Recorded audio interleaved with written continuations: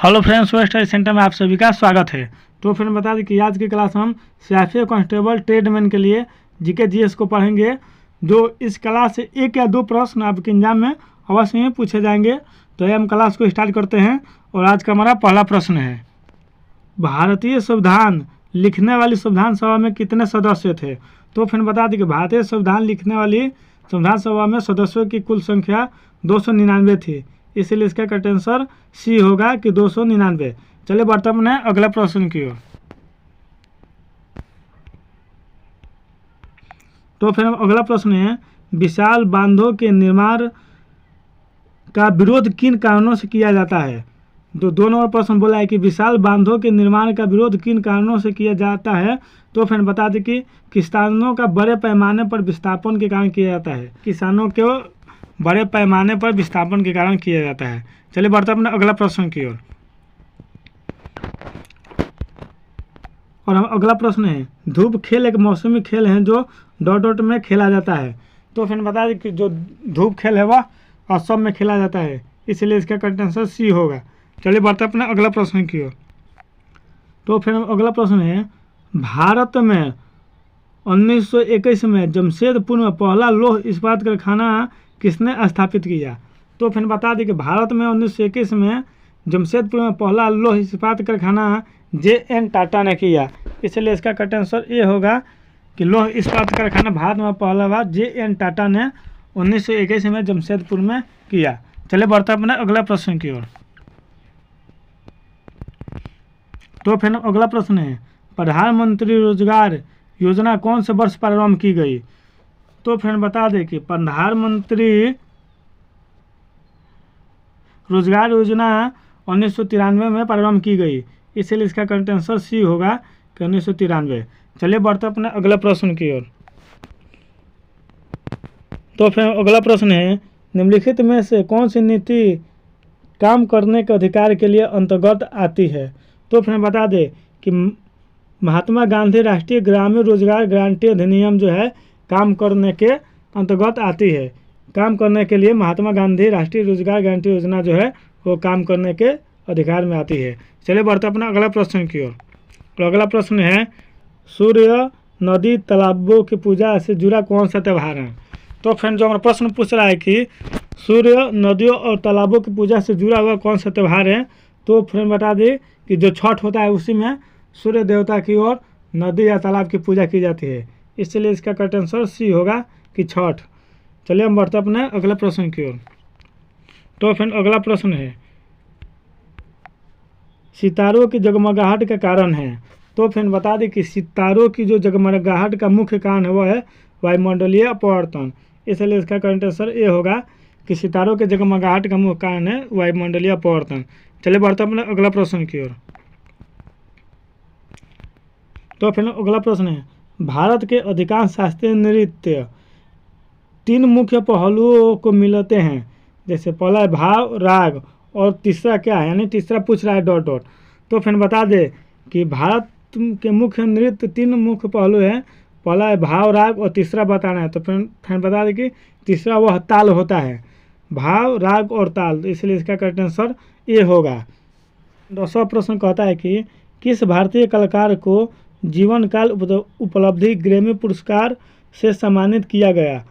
तो फिर बता दें कि रविशंकर जी को ग्रैमी पुरस्कार से सम्मानित किया गया, इसलिए इसका करेक्ट आंसर बी होगा। तो फिर अगला प्रश्न है, भाखड़ा नागल बांध किस नदी पर स्थित है। तो फिर बता दें कि भाखड़ा नागल बांध सतलज नदी पर स्थित है, इसलिए इसका करेक्ट आंसर सी होगा। अगला प्रश्न है, राष्ट्रीय युवा दिवस किसके जन्मदिन पर मनाया जाता है। तो फिर बता दें कि राष्ट्रीय युवा दिवस स्वामी विवेकानंद के जन्मदिन पर मनाया जाता है, इसलिए इसका करेक्ट आंसर ये होगा कि राष्ट्रीय युवा दिवस स्वामी विवेकानंद के जन्मदिन पर मनाया जाता है। चलिए फिर बढ़ते हैं 13वें प्रश्न की ओर। और 13वां प्रश्न कहता है कि निम्न में से किस उच्च न्यायालय में सबसे अधिक बैठकें हैं। तो फिर बता दें कि गुवाहाटी उच्च न्यायालय में सबसे अधिक बैठकें हैं, इसलिए इसका करेक्ट आंसर ये होगा कि गुवाहाटी। चलिए बढ़ते अपना अगला प्रश्न की ओर। तो फिर अगला प्रश्न है, साइकिल चलाते हुए दुनिया पार करने वाली सबसे तेज एशियाई कौन है।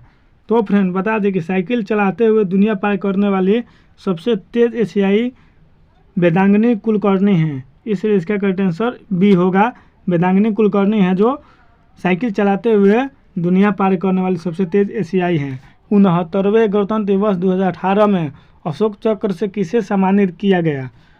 तो फ्रेंड बता दें कि ज्योति प्रकाश निराला को अशोक चक्र से सम्मानित किया गया, इसलिए इसका करेक्ट आंसर बी होगा कि ज्योति प्रकाश निराला। चलिए बढ़ते हैं अगला प्रश्न की ओर। तो फ्रेंड अगला प्रश्न है, भूमि पर उच्च जनसंख्या दबाव के क्षेत्रों में किस प्रकार की खेती की जाती है? तो फ्रेंड बता दें कि भूमि पर उच्च जनसंख्या दबाव के क्षेत्रों में सघन निर्वाह खेती की जाती है, इसलिए इसका करेक्ट आंसर ए होगा, सघन निर्वाह खेती। चलिए बढ़ते अपने अगला प्रश्न की ओर।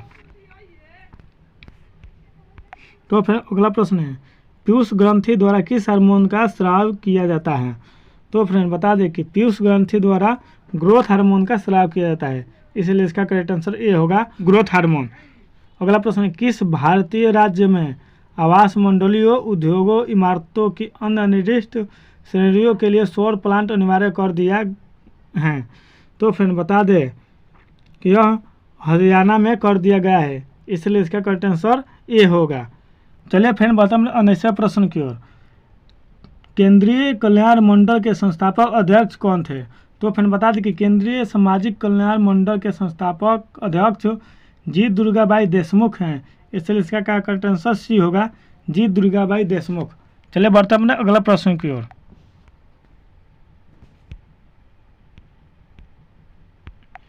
तो फ्रेंड अगला प्रश्न है, मशरूम और अन्य सूक्ष्मजीव मृत पौधों और जानवरों के ऊतकों पर फीड करते हैं और उन्हें डॉट डॉट में परिवर्तन करते हैं। तो फ्रेंड बता दें कि यह धरण में परिवर्तन करते हैं, इसलिए इसका करेक्ट आंसर डी होगा।